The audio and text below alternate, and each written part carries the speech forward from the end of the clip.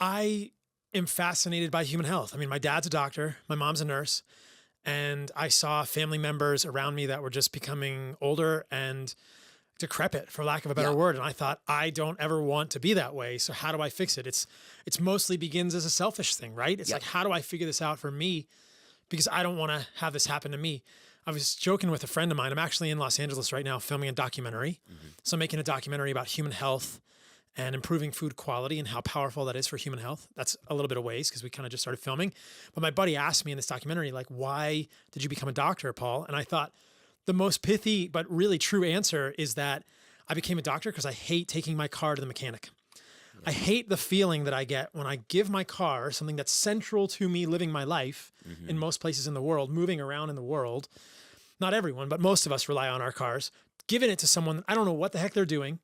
I don't know how to fix it myself. And I'm sort of just kind of at a loss. They come back and say, oh, it's the carburetor. It's the intake valve. It's your brakes. It's your transmission. I don't know. It's your Right. windshield wiper fluid. I don't know. Right. I don't know how to fix any of that stuff. I hate that feeling. And I thought, too. I never want that feeling with my body.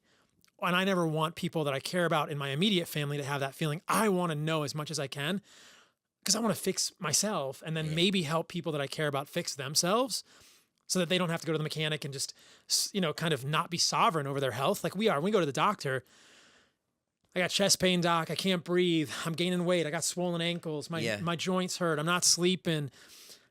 The doctor is completely in charge. You have no idea what to do. Yes. It's really hard. So I never wanted that. And that's probably been my fascination. Obsession might be a better word. I noticed that even like if I take a few days off from working out, I notice my body like it starts to shut down. Like I was on a plane yesterday and I hadn't worked out for a few days and I got like a shooting pain down my leg. And I was just like, yo, this is not okay. Yeah. So when you don't keep to it, you don't tend to yourself, your stuff just goes wrong. Martin and I, my buddy who's sitting off camera here, we're talking about this on the way over here. It's the same with food Yeah. as it is with movement. If we let the quality of our food slide, we quickly become lesser versions of ourselves. And I think it's totally okay for us to eat a piece of birthday cake with our son or our daughter on their birthdays or have dessert with our fiance or partner or wife or husband on anniversary or whatever, or eat, I don't know, a junk food snack with your friend at soccer practice just to celebrate a goal or something. But if we can, I firmly believe that as humans, if we can understand what truly high quality food is, and we eat high quality food for 85% of the time, we're going to be a completely different human in the way that we look, the way that we feel, our energy, our libido, our sleep, our mental clarity, what we create in the world, than if we don't do those things. And When's the last time you cheated? You had something. See, I'm different. Okay, asterisk. I've seen I saw a TikTok that you made. Someone asked you like, when's the last time you like cheated or had cake or whatever, and you said, I don't. This is an asterisk, right? So this is a superpower, but it's also a foible of mine. Like, I think I have like obsessive tendencies. Good. I'm not OCD. In psychiatry, I actually did my residency in medical school in psychiatry. And I don't practice psychiatry anymore. Eventually, I got interested in what creates neuroinflammation in the brain and realized that the same things that create neuroinflammation in the brain create inflammation in the whole body. So the whole idea of medicine, dividing humans into brain and body is kind of silly. So, but I'm really interested in mental health, and I'm not OCD, but psychiatry, which I don't love anymore, would probably call me OCPD. That's obsessive compulsive personality disorder, which basically just means that I tend to be a little rigid when I think about some things. Not everything, but some things. And it's just a personality trait that I have. And I think that has been helpful for me and allowed me to do what I do, but it also makes it hard for me to connect with people sometimes in dating relationships, whatever, my own life, because I don't really see the world the same way. So sometimes people ask me, when was the last time you cheated? Will you ever eat a cookie? And I'll tell you this really confidently. I don't think that I ever need to eat a cookie for the rest of my life. Yeah. I don't ever need to eat pizza for the rest of my life because for me, it's not worth it. Right. And that's just, again, this is just kind of like my alien nature as a human. My struggle then is to connect with people who don't think that way and help them understand how to make the right decisions. But it also allows me to be sort of pretty strict about what I do and maintain a good health life, right? And I can still connect with people. I love my personal relationships. I like being social with people, but I'm different than a lot of people. I don't drink. Yep. I don't drink either. I've probably smoked marijuana 3 times my whole life. I don't like it. Were you ever out of shape? Not in my adult life. Yeah. But I've looked a little different than this. I've been skinnier than this. I've been much skinnier than this. When I was a raw vegan, I was much skinnier than this. I was 20 pounds of lean muscle mass lighter than I am now when I was a raw vegan. We can talk about that. Wait, you were a raw vegan at one point? Yeah, like 15 years ago. That was the beginning of my thinking about diet. Right. You know, because college, I was like pre-med. I took 6 years off and basically traveled. Yeah. I went to New Zealand. I through hiked the Pacific Crest Trail. I walked from Mexico to Canada. I was a ski bum. I did all kinds of crazy stuff.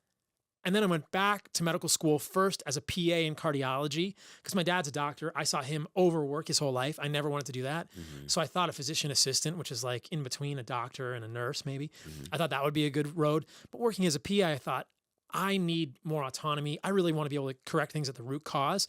So I went back to medical school. Okay. And it was right at the time when I was a PA that I started thinking about nutrition. There was no nutrition taught to me in PA school. So it's a 2-year master's. You go to take classes with medical students at George Washington University, where I did my PA school. And zero nutrition. Oh, wow. But I'm working as a PA in cardiology and I'm starting to think about nutrition, but I don't really have a good basis. I've forgotten most of my biochemistry. And the first thing I find is like vegan ideas. And then I get into raw veganism and I think, oh, cooking food is bad for us. And oh yeah, all animal foods are bad for us. I'm just going to go raw vegan and see what happens. Right. So you've experimented in sort of like a supersize me way. In the opposite. Yeah, you've experimented on yourself. Yeah, make me. Because now you're all pro meat. I'm super pro meat. But you were not at one point. Many years ago, I was anti meat. And what happened when you were anti meat? How was your body? The movie would have been called "Make Me Gaunt." Make me.